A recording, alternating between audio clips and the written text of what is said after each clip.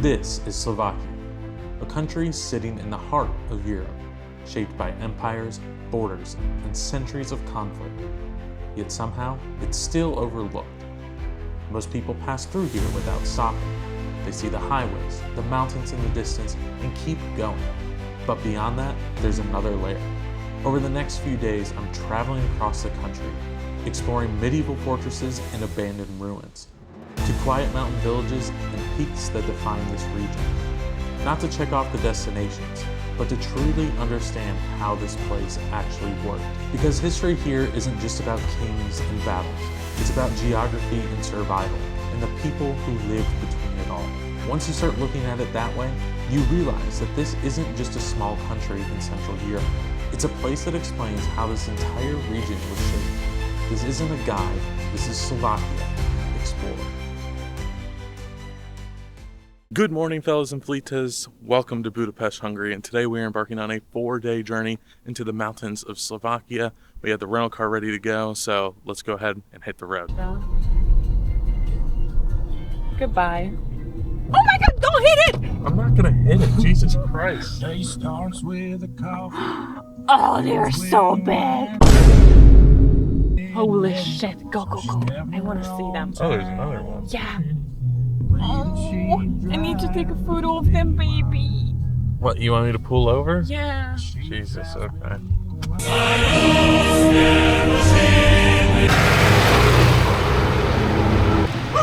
Should have gotten on it. Now we need to walk. Oh no. Now we need to use our legs. Welcome to Čachtice, Slovakia. It's the first stop of our 4-day trip here. And you might be wondering, why are we going to see the ruins of a castle instead of many of the impressive, well-kept castles here in Slovakia? Well, the answer to that is very simple. It's Elizabeth Báthory, the Blood Countess, who, if you don't know her by name, you do know her story. And she's one of the inspirations for Bram Stoker's Dracula. But just some background about who Elizabeth Báthory, the person, was. She was a Hungarian noblewoman born in Transylvania who ended up owning this castle. And this castle is the site of all of her atrocities. She's the official Guinness World Record holder as a serial killer, at least amongst females. And she is said to have killed at least 80 girls, with some estimates up to 650. And it all happened here at this castle.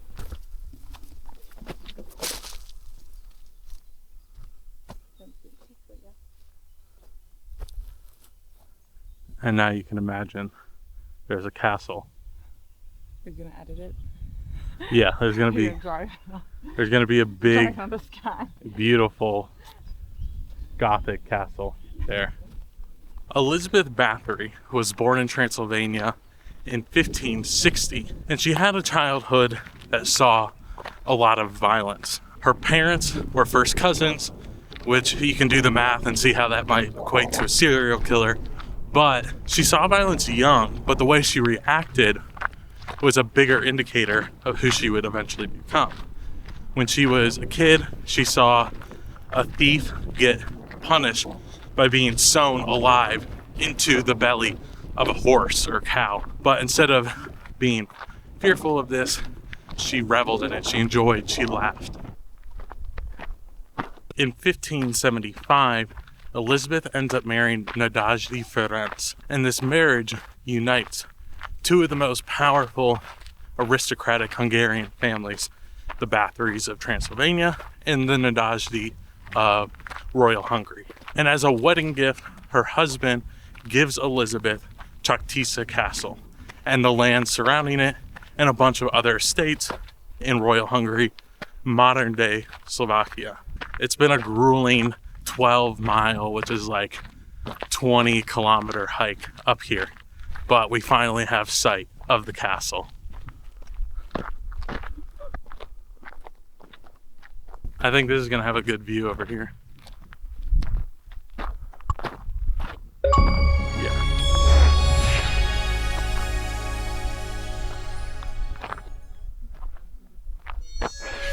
Now, Elizabeth's husband, Ferenc, and her didn't get to spend a lot of time together. There's a bit of an age gap, but Ferenc was also in charge of Hungary's military forces in their fight against the Ottomans.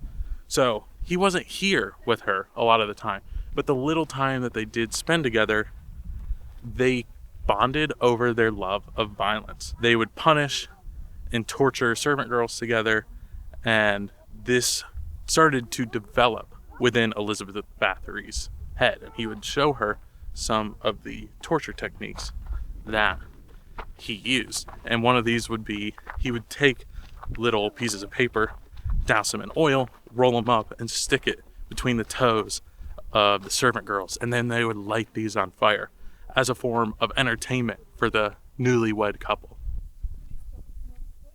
We're buying a ticket, and I was told to inform you that everywhere in Europe you need to pay to get in. It's €5. 5 euros. 4, maybe. I don't know. Depends. 5 euros. She's filmed a lot more behind the scenes because I think those are fun. Is that the firm you always dreamed of when you were role playing as a princess? But yeah, we did get student tickets, which means even though I'm 26, I still look young and youthful and like a student. Even though I was questioned how it felt being 26 earlier this morning.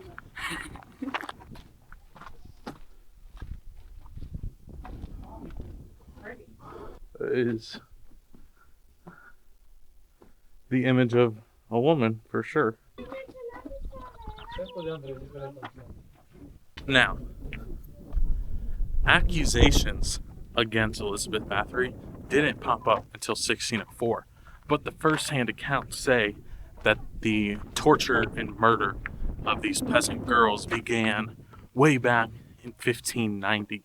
Now, the cruelty and everything ramps up when Elizabeth brings a lady named Anna Darvolia into her household. But hang on, pretty view. And Anna really eggs on Elizabeth, and it brings the cruelty to the next level.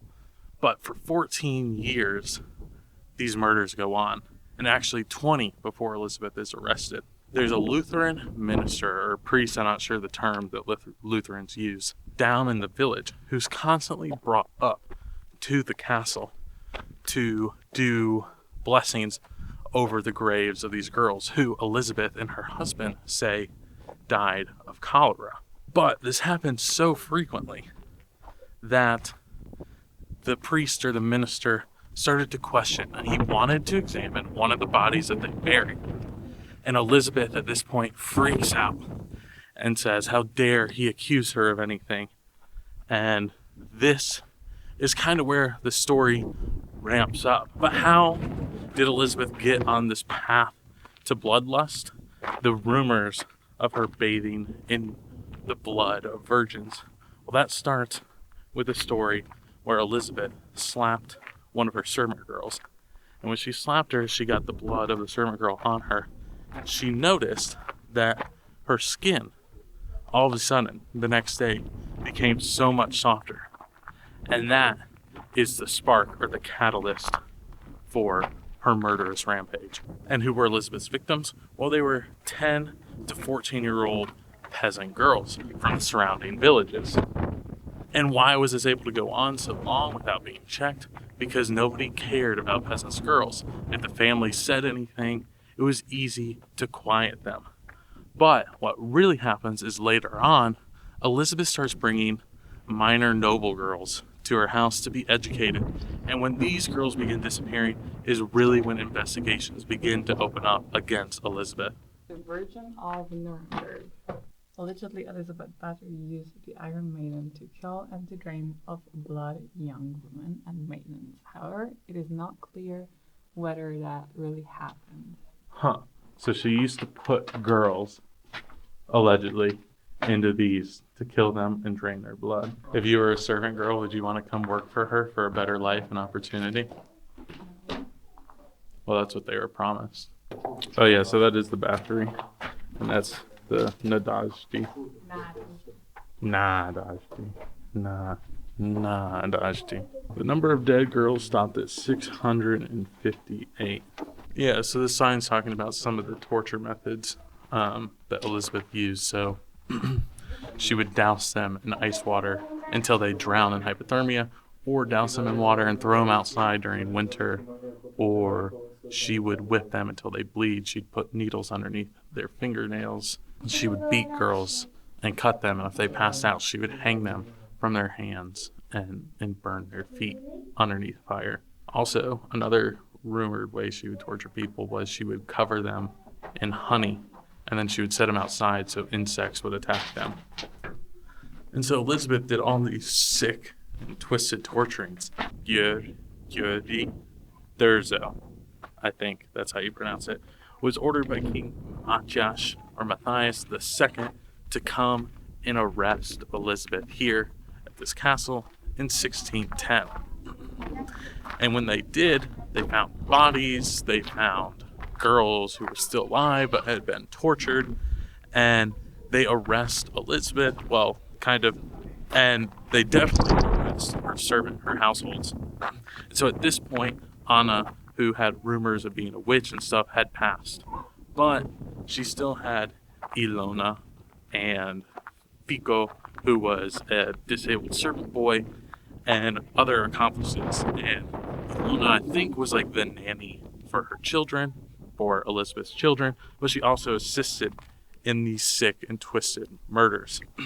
Fico, the disabled boy who worked for Elizabeth for, I think, like 15, 16 years, would lure girls to the castle, or he would kidnap them and bring them to the castle. And a lot of these girls originally come willingly, because Elizabeth promises better wages, better life, than what a normal peasant servant girl would have. Of course, it was a trap. 4 of these accomplices were arrested, and they confessed at trial. Now, their confessions were brought out through torture, but there is reportedly over 300 eyewitnesses' accounts, and the number ranges from at least 80 victims to up to 658 victims.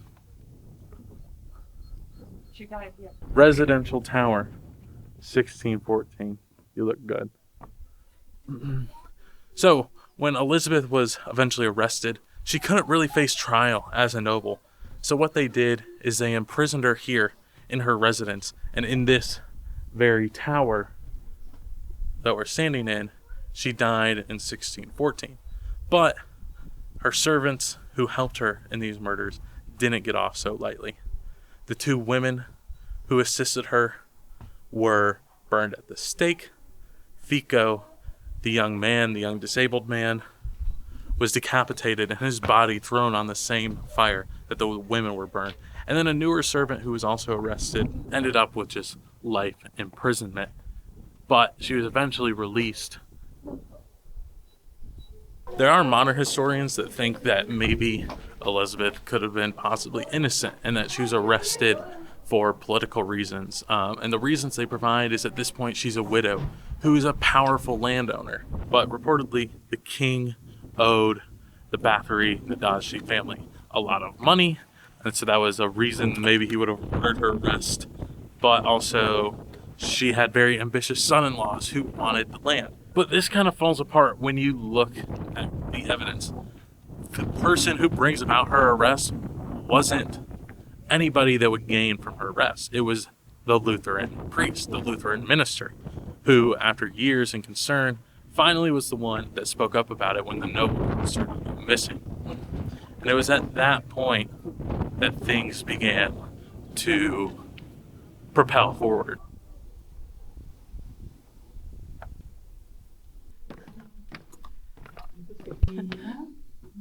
That's where they kept the bodies.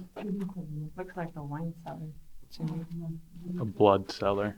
That's where they kept the blood of the virgins Oh, really? that she bathed in. Oh, really? I don't know. That's just a guess. They had to keep it somewhere. Fair. It's nice and cool down here. It would preserve it. But yeah, she did reportedly bathe in the blood of her victims for the softer skin, obviously. Well, obviously. She didn't know about hyaluronic acid, neither Botox. Or use her gua sha on her face to really carve out her jawline.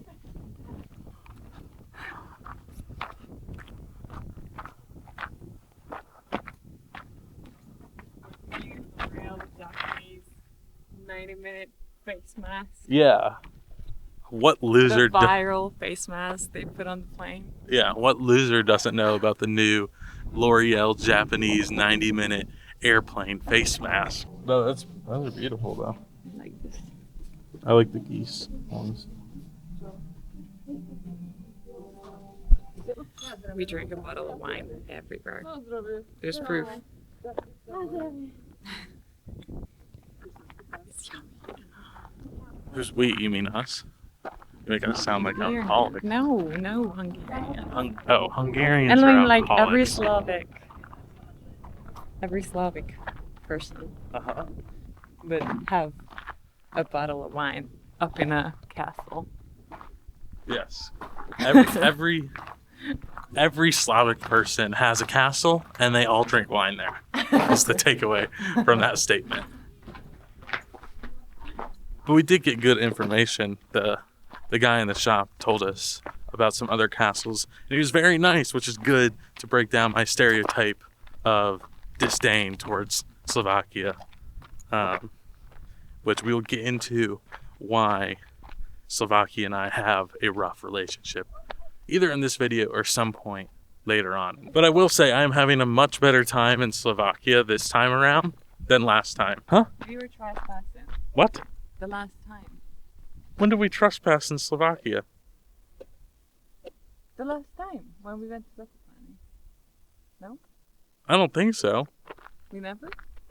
No. What country did we? Trespass? What's that mean though? Trespass means go on land you're not supposed to be on. Oh, I thought it just means across. I thought he just. Trespassing is a type of crime. I thought he just means to go across. Yeah, trespassing means like, this is my property and you're not supposed to be here, therefore I call the police because... Or like if you like ran into a government building. I just meant we went across. Yeah, So- I was gonna say we did not trespass at any point. That makes my story look way worse from last time. I actually enjoyed that castle a lot more than I thought I would. I'm not the biggest fan of ruined castles. I prefer either castles that weren't ruined or had been restored a bit so you can kind of get an idea of what it looked like. But overall, there's a lot to read, and I thought the view was incredible. It was pretty good. Interesting story behind it. I think it's better than the last few castles we've been to. I enjoyed it because it's not about just history and war and fighting. It's Yeah, about a woman yeah. It's about tortured other women. yeah. It's like all those true crime TV series and podcasts that your girlfriend listens to. This is the castle for them. All those shows about how to murder your husband and get away with it. That's the castle to go to. Would never. Well, thank God, but I just mean, the women that watch those types of shows. If you're into true crime and the biggest female mass murderer of all time, this is the castle for you. I think it was better than Chiclos if we take out the bonus wine tasting, for sure. And now we have a long 20-mile hike back to the car. So we'll see you down there. We might be able to take this train all the way 20 miles back to our car. Yeah, I don't think it costs money. Oh, we'll see. Oh. Yeah, we don't have cash.